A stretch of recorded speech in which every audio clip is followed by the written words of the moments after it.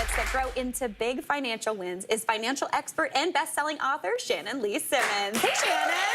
How are you? Really good. Really good. I am so thrilled that you are here. And first off, we have to say huge congratulations on your latest book, Making Bank. This is such a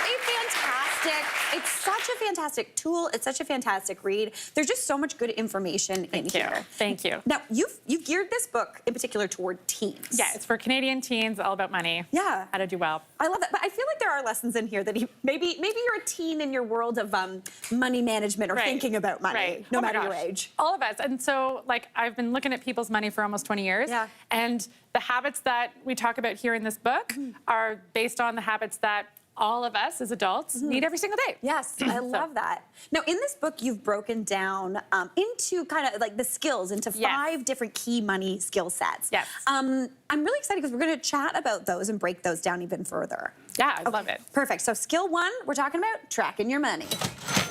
Yeah. I love the excitement. I know, yeah. So this is skill number 1 for teens and for us, because I can't make a financial plan in my life if I don't know how much money I'm dealing with, right? Yeah. So, and it can be really hard, especially if you're self-employed. Looking at something over a year is very confusing. So you want to look at what's actually coming into your bank account and use something that I call mini timelines or micro timelines for forecasting. So again, for a teenager, maybe that's 4 weeks of babysitting money. For an adult, maybe it's 3 months. Yeah. But sometimes when you're making a plan, you got to know what's coming in. First and foremost, it is the cornerstone of every financial plan, and get really granular, but use a very small timeline so that it's predictable and you can count on it. See, I love that. Again, looking at it more like a micro as opposed to as a year, because you might know what you make in a year, but you don't really know what's coming in month to month. Exactly, and it just makes you feel way more in control, and it makes you feel like, okay, well, this is what I have for this period of time, and now I know what the plan is. Yes, I love that. All right, skill 2 is save your money.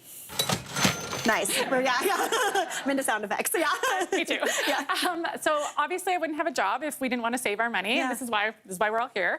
And so saving money, what I really love about this is that it can be a small amount, right? So a little bit goes a long way. Yeah. And that's true for if you're younger and you've got like if you're a teenager, you get some babysitting money, you put money aside, or as an adult. The key tip for all of us is pretend like it's not yours. It shouldn't even hit your checking account. It shouldn't even hit wherever your spending money is. Yeah. Have it come off of your paycheck. If you make your own money for yourself, have it automatically coming out of your money. And that way you sort of know that's already gone aside and you can focus on the spending money and you know that that's yours to spend. Yeah. Because if you put everything into there and then you save once a year, sometimes it can be really difficult to sort of come up with that. Yeah, totally. So really making sure that you're not using everything as spending money, automatically comes out of there, and a little bit goes a long way. You can always build up, and small wins make a big difference. I love it. It's almost like you have different pots around. 100%. One you actually spend out of, and then the money goes into other pots to grow other things. Yes, and if it's not in your spending account, it's not yours. Yes, I love that. That's a really, really great way to think about it. Now, skill 3 is spend your money wisely. Yes. So what's the vibe on that one? Okay, so I hate the word budget, so. Okay. I just said it. Yeah. So everyone gets it, but like, that's what this is about. Yeah.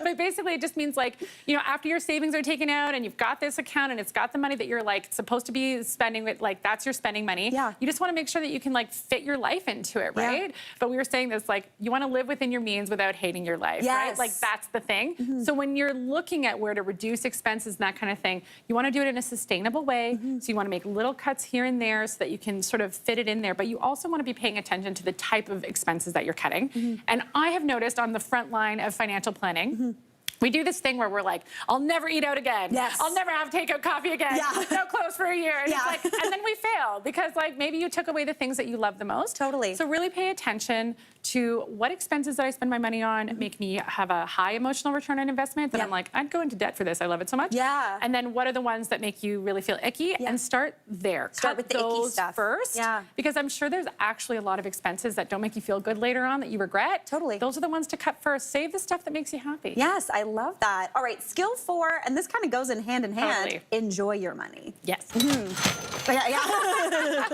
So enjoying our money 100%. So not only are we doing that emotional return on investment with our expenses, but we're allowing ourselves to, once that's out of the way too, we have guilt-free money. We don't have to feel guilty about it. We're supposed to spend some of our money. Yeah. And this whole section in the book and in my life, when I talk to people about money, is about having a good relationship with money, right? So using it as a tool and really sort of learning about it so that you feel empowered with the sort of tools that you need to talk about money, to stand up for what you need, and to navigate that world without feeling like you have a bad relationship with money. I love that. Now, skill number 5 is grow your money.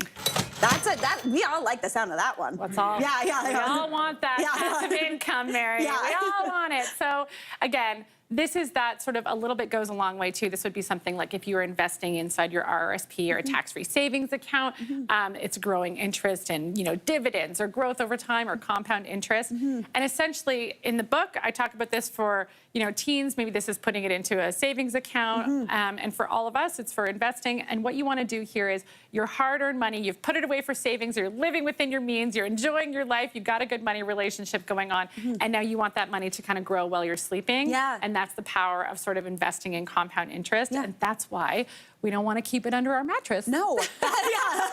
That is absolutely amazing, Shannon. This was so, so great. Thanks so much for joining us again. Huge congrats on the book and studio audience. Thanks to Shannon, you're all going home with a copy of Making Bank.